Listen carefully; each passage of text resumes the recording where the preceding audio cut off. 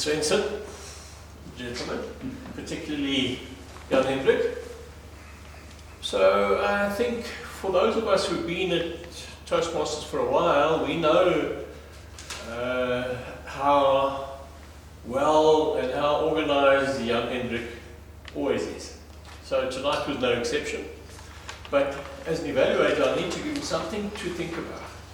So the fact that he came up and he was so composed and so structured in his speech delivery, as per normal, with an opening, a body, conclusion, everything in its place, was no surprise.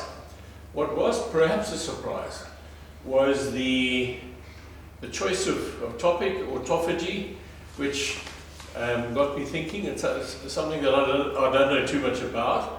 And then halfway through, I realized that Jan Hendrik is going along on something which is also a little bit different from what he normally does, and that's you brought in quite a bit of humor, and you were laughing. You were even laughing at some of the things you said yourself.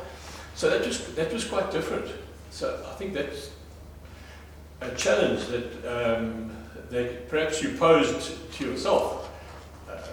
That worked really well. If I had to mention one or two things that perhaps you could do, I'd have to scratch my head a little bit. Perhaps starting off, you were very deliberate and controlled and slow, to the point that you, on many occasions, said, you are Dilon, as you started. Your opening was quite good, but as I say, a little bit slow. Then the body of this autophagy, which was very interesting, was very well explained, and you had a sufficient ending as well.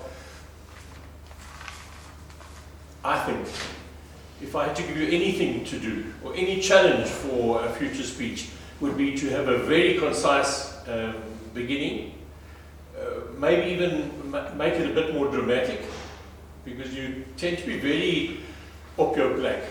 You organize, you stand comfortably, and you're totally in control, but you don't really relax up at the lectern.